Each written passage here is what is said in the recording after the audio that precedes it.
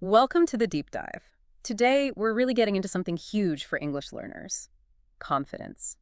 How to actually feel confident when you speak. Yeah, it's a big one. We've been looking at an episode from the Master English podcast for this. Exactly. And our goal here is simple: pull out the best, most actionable stuff so you, listening right now, can start feeling more sure of yourself when speaking English, no matter your level. It's so common, isn't it? That feeling, Mm. maybe in your stomach, like a knot. Oh, absolutely. Even if you know the words, that hesitation creeps in. Yeah, that anxiety that can stop you in your tracks. But here's the thing, and the source material really stresses this. If you feel that way, you're totally not alone. Definitely not. Even native speakers get nervous sometimes, like big presentations.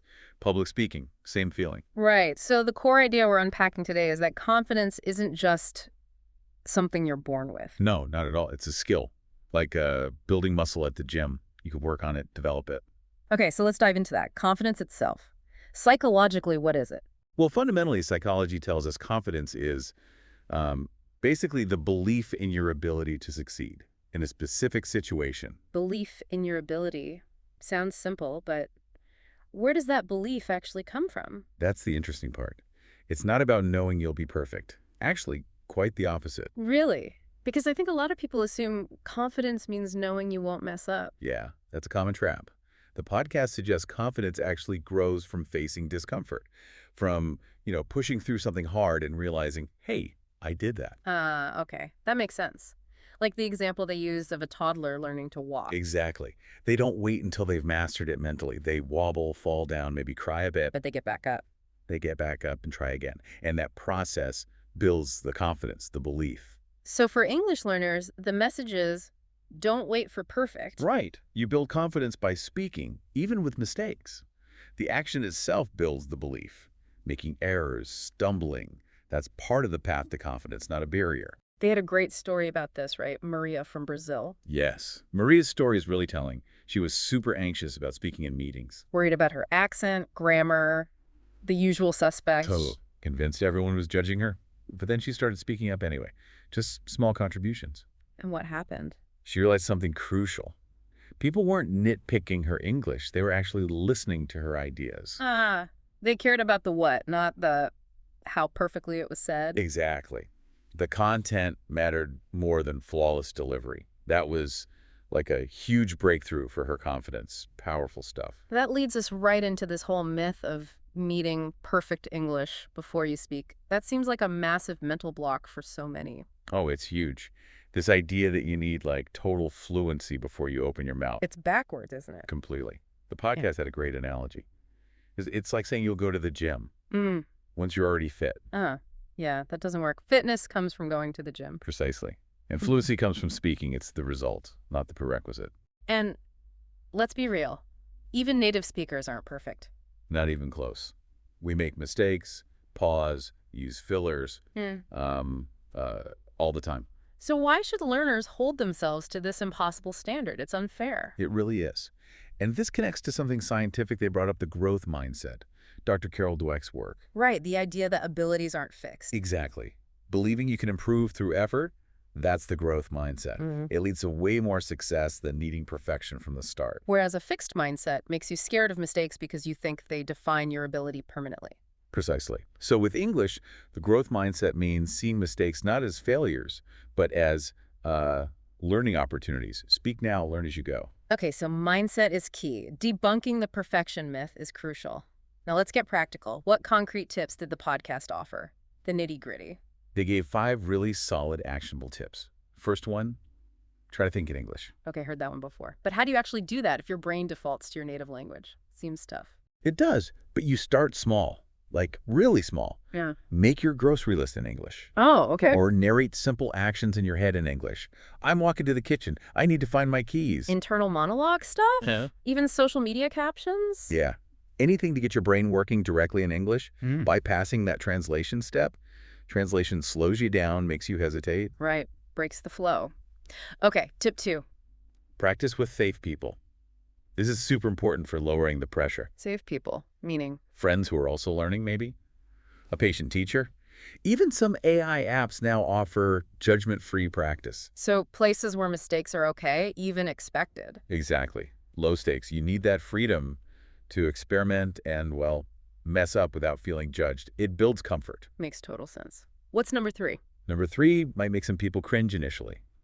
Record yourself speaking. Oof. Yeah, I can hear the collective groan. Nobody likes hearing their own voice. It's true. It feels awkward at first, Mm. but the benefit is huge. You get an objective listen. Well, first, you might notice strengths you didn't realize you had, like maybe your pronunciation on certain words is pretty good. Okay, finding the positives. And second, you identify specific weaknesses to work on. Plus, and this is often surprising, people usually find they sound better than they think they do. Huh. So our inner critic is maybe harsher than reality. Often, yeah. It can be a real confidence booster to hear yourself more objectively. Interesting. Okay, tip number 4. Master chunks instead of just rules. Yes. This is about efficiency. Chunks, like phrases. Exactly. Useful common phrases. Like, Yeah. would you mind if I, or could you tell me, learning these whole units. Instead of trying to build sentences from scratch using grammar rules every single time. Right. Trying to apply complex rules in real-time conversation. Mm-hmm. It's really hard and slows you down. Having ready-made chunks makes you sound more fluent, more natural, and feel more confident because the words just come out. Yeah, like having building blocks ready to go. Okay, and the 5th tip. The 5th one is about your inner game. Use positive self-talk. Okay, the internal monologue again. How does that impact speaking confidence? It's powerful. Yeah. Your brain kind of believes what you tell it repeatedly. So if you're always thinking, I'm terrible at this, I always mess up. That becomes your reality, eroding your confidence. So Yeah. you need to consciously switch the script. How? Replace thoughts like, I always mess up with something like, okay, that was a mistake, but I'm learning, or each time I try, I get a bit better. Actively affirm your progress. Cultivating a more supportive inner voice. Exactly. And they connected this to Stoic philosophy, actually. Epictetus. Oh, interesting. His idea, it's not what happens to you, but how you react to it that matters. Okay. So apply to English mistakes. Don't react with shame or frustration. Choose to react with, okay, what can I learn from this? Treat errors as feedback, not failure. React with learning, not shame. I like that. Okay, so those are the tips. Did they share examples of people putting this stuff into practice? You did, 2 really good ones. First, Akira from Japan. What was his story? He started posting English videos online, social media.